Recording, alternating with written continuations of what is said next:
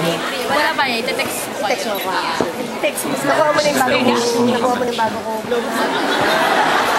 Dahil ang boss may hulog ng lahat. Ano pa kami, kumain pa kami. Hinihinggit ko lang sa kita eh. Sino ba pinagalit dyan? Sino dito fan ni Francis M? Di ba nag-birthday niya sa bahay? Kami. Kababayan ko. Ang taas naman ng energy. May text nun si Joy.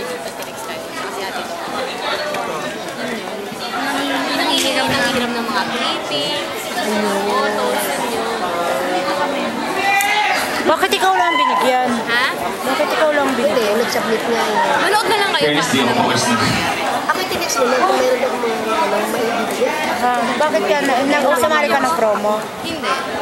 Basta yun yan kamay mo. Kailan ba yun? Kailan ba yun ipapalabas? April? Anong eksaktong date? Sunday. Anong date nga? Wala pa. Ang daming April sa Di ba Sunday. sure kasi yung first Sunday. Kaya nga, dapat dami pa rin yun. Yung first Sunday kasi Easter, di ba? Hindi ko sure kung Easter. Kaka-Easter. Magte-text naman ako sa inyo. Oo, mag-text ka ha. Mag-group message ka. Ikaw lang ba hindi nag-text? Ay, ang sama mo. Kausap ko si Ma'am Cynthia ng Star Cinema.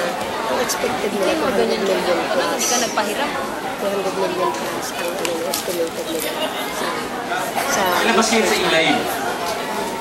sabi ko, expected nila. Tagal ng gap. Daming commercial. Malapit na lang malagpasan ng ano? Ang ABSL. ABSL. 180 lang si ABSL na. Malapit na. Kaya. Diyos ko, wala. Second week pa lang eh. 8 weeks na run yun, di ba? 2 months. Tama yun. Naka-anim pa lang ako. Nakakatuwa yung kasi yung tinanggal na binalik ko. Yun yung nakakatuwa. Yung ano? Tinanggal niya sa sinihan na yun. Yung, Ay, tapos biglang binalik ulit. Ayan na. Kumakanta na si Ann. Tatanungin ko mamaya sino dito fan ni Francis M. Lahat po tayo taas ng kamay.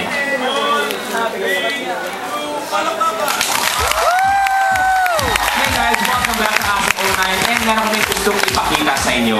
Sino po dito ang mga fans ni Francis Magalona? Nakikita po natin mga pamilya yung pala yung disco kababayan ko. Bahagi na naman ng ating industriya ang the best na.